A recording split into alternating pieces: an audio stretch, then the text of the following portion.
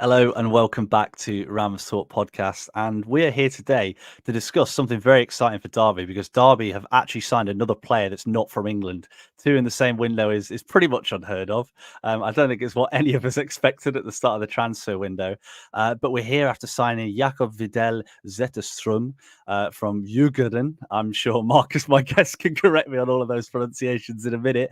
But as I said, joining us today to sort of tell us all about our new goalkeeper is Marcus Wilberg. He's a supporter of Jakob's previous team that I'm not going to try and say again. And he's going to give us all the insight. How are you, Marcus? I'm doing good, thanks, Jake. How are you doing? I'm very good, thank you. I'm much happier now Derby have signed a goalkeeper. It's been a real problem area for us. We've been concerned for a little while, but I mean, it's certainly some keeper to get in. To sort of go over a couple of things, as everyone will know by now from social media, he is 6'6".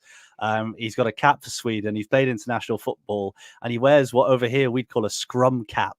The sort of cap on his head, which I think will become iconic very, very quickly. I mean, Marcus, sort of looking at him, he sort of joined you guys as a young player. What did you make of him when he first signed? I actually worked with a teammate of his in the past, and he told me quite early in his career that, like, well, this guy, he's gonna be the next big thing. And I just waved that off, but really, like, yeah, we'll see about that, man. And he was huge, and the reflexes of him was incredible, basically, and everybody in training was always talking about, like, well, Jacob is he's amazing. He's really good. He's really going to be the next top goalkeeper here. And mostly we just talk in the beginning, and but then he started to getting closer to starting 11. Yeah, I mean, you say getting close to the starting 11. He certainly made it in the end, and has been your number one for quite some time. I mean, when he first started as your number one, what were the feelings around the club when he first sort of broke into that squad? Everybody was just super happy because he was a Stockholm kid. He was a supporter of Djurgården as well. So he really felt like he was one of our own, now taking the shirt on and playing for the team, like we're all dreaming of, really.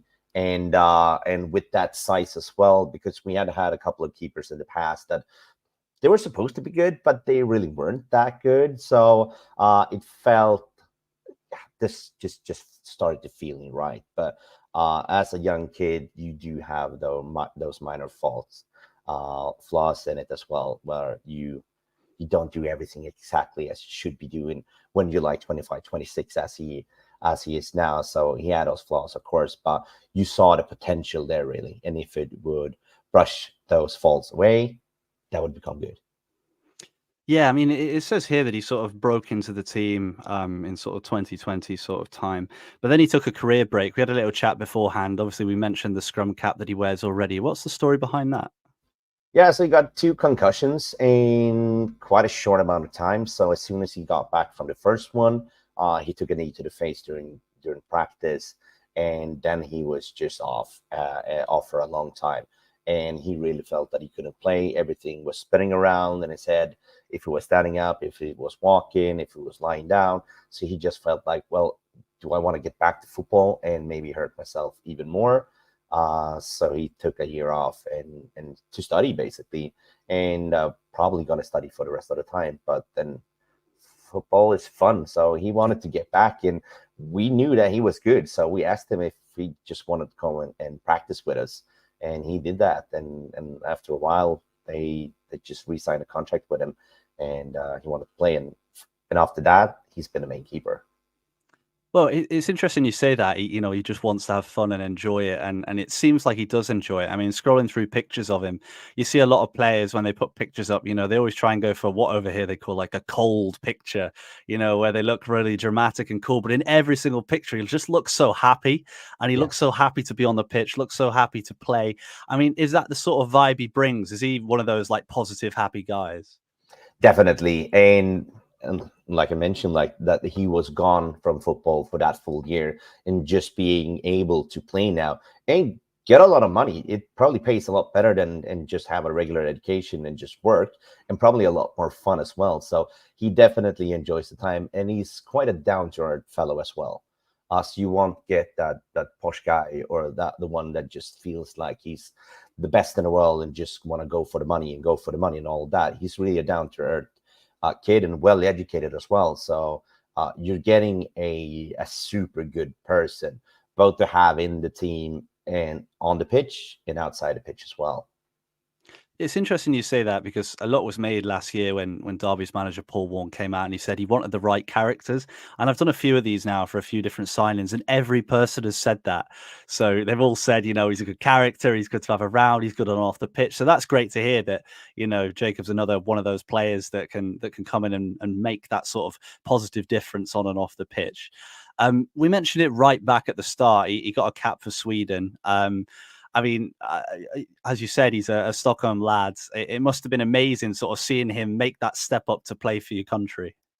Definitely. And since that hires up the value of the player a bit as well. So if you look on the financial side, because if he's going to leave us, we want something for it as well, since he's a good player if somebody else wants him to. And when he takes that step, of course, we're going to get paid for it. And that's super fun for him with all that history that we had with the head trauma and everything, for him just to go there and being the top goalkeeper in Allsvenskan, the Swedish top league as well. So where he grew out to be last year and 2022 as well, that season, he really was like top 2 goalkeepers of that league, and showed that in the UEFA Conference League as well, in the 2022 season also, with a couple of clean sheets. So he's been great. Yeah, it sounds that way. I mean, before we get onto him, sort of what sort of goalkeeper he is, one thing I did notice when I was looking, he's got a really good penalty record. Yeah, I do think so. I've seen a couple of those. I haven't really counted it, but yeah, this season we had one, and like 20 seconds afterwards, we were able to make a goal as well for it. So that was almost an assist. I'm going to say we'll take that. But I guess sort of when you talk about goalkeepers, there's lots of different types, aren't there? You can have your sweeper keeper, you can have your sort of classic, big goalkeeper, stands on the line, never really leaves his line. I mean, Derby have had a sort of mix of both over the last few years. But sort of where does he sit in that? Is he a goalkeeper that likes the ball at his feet? Is he a goalkeeper that, prefers to sort of play the classic way and boot it long every time? What sort of guy is he? He's sort of a mix of it. He's great on the line, because the size of it and everything. He's got the reflexes and he's got the size for it. So he's a splendid keeper on the line. But he do likes to be out on the pitch as well. So he got decent feet. I wouldn't say that's his strongest side. There are keepers that are better at it than he is, but still he can manage pretty well. But he do likes to go for those rides sometimes, when you just stand there on the stands to be like, whew, all right, yeah, cool. So most of the time he do manage it, but he really wants to do a lot, and I would say that's a positive thing for him. He want to do a lot of stuff. He want to participate in the game, but he also knows his boundaries sometimes when he really should just be staying there. But he's got hell of a foot and hell of a throwing arm as well. So he can boot it long and he can throw it long. So for attacking, if you're just going to turn over the game, that can be a weapon for sure. And that's been really helpful for us. He kicks, he throws as long as he kicks, basically. So you're going to get a strong arm. Wow, that's something. I mean, Derby were masters of transition last year, as you say, and it's in the turnover. It's something that we were so good at. We, absorb pressure deep in our own half and hit teams on the break. So having a goalkeeper that can do that, that'll be a then massive definitely, bonus. yeah, definitely. Yeah. That's probably one of the reasons that we're looking at him, because that arm it's the second best arm I've seen in our league, because we've had like in Sweden the 2 goalkeepers that did through the ball the longest. So we have had them both in the history. Who's the other one? It was called Padembo Touré. He was from Gambia, and that was like in 2025, 2005, of course. 2005, yeah. Yeah. Good to say. No, it sounds good. I mean, we've kind of touched on it already, but we've talked about sort of his some of his strongest attributes. Like you said, he's got a good throwing arm. What other attributes has he got that are sort of the best bits about him? And it's really the size and the reflexes that you can combine, though, because of a big keeper, you don't always see them that fast, really. and having those good reflexes, but really those are the two ones. So this season, I really feel comfortable every time he goes up in the air with somebody. I did not do that like 2-3 years ago, in the same to have that same feeling as that.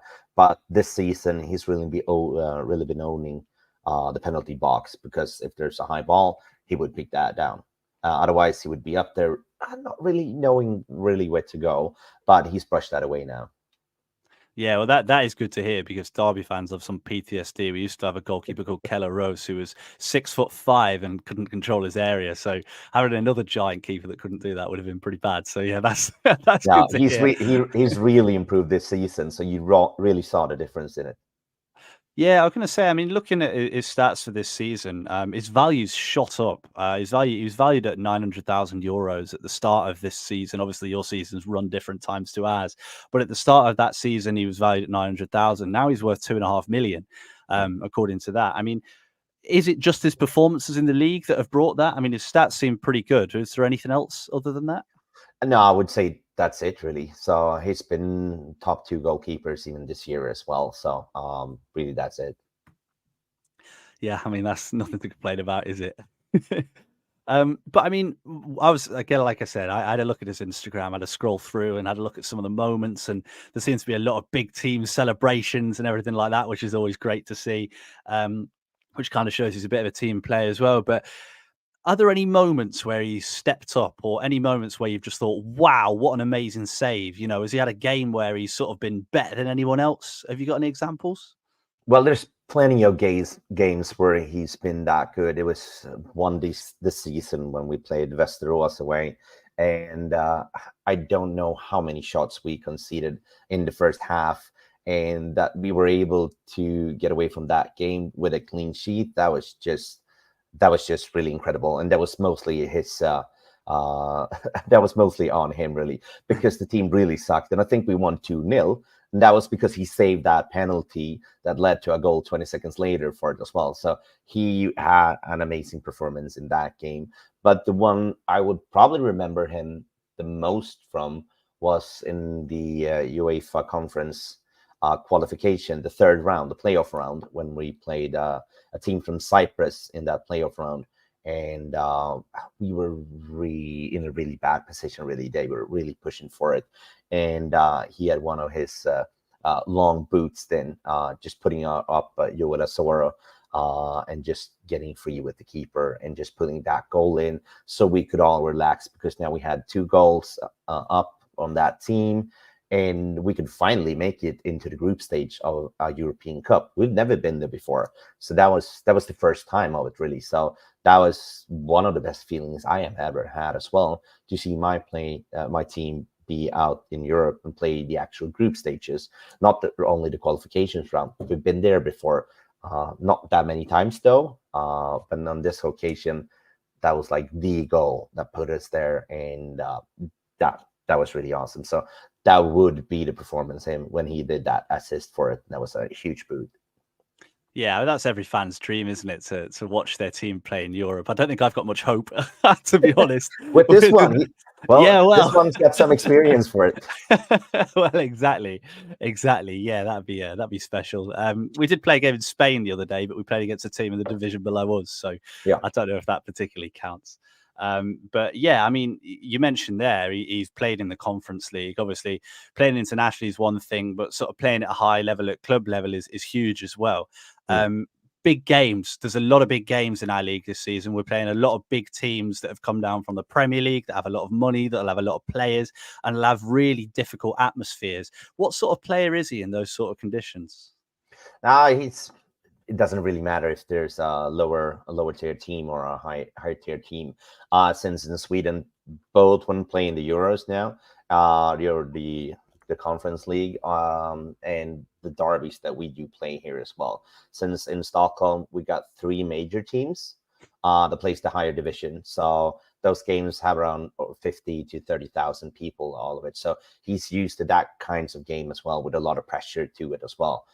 To be the king of the city and to go to Gothenburg or go to Malmö as well, which are the bigger games too. So he's used to that sort of and also getting to the countryside and just playing those, like there's nobody there really, so he can do them both.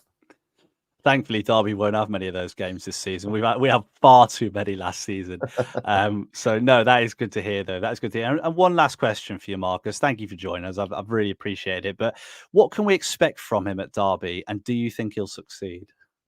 I definitely think he will succeed. I think this is a good move to go to this kind of club that wants to go somewhere that's sort of new in it as well, and that it feels like you're gonna bet on him as well, and that he's gonna be the keeper that plays as well. And because there's been some clubs higher up that wants its signature as well, but then you're probably gonna end up on a bench since there's only one that can play for goalkeeper. So for him personally, I think it's a good move to do it. And if he plays well, then you can get money for him, or he'll help you up in the divisions as well, or he can move to a bigger club. You get the money, and we get some extra money as well with the clauses and the contracts as well, and everything's in there. But yeah, I really think he's gonna do well. He's grown as a keeper these past years as well, just getting better and better and better all the time, and we've really seen that as well.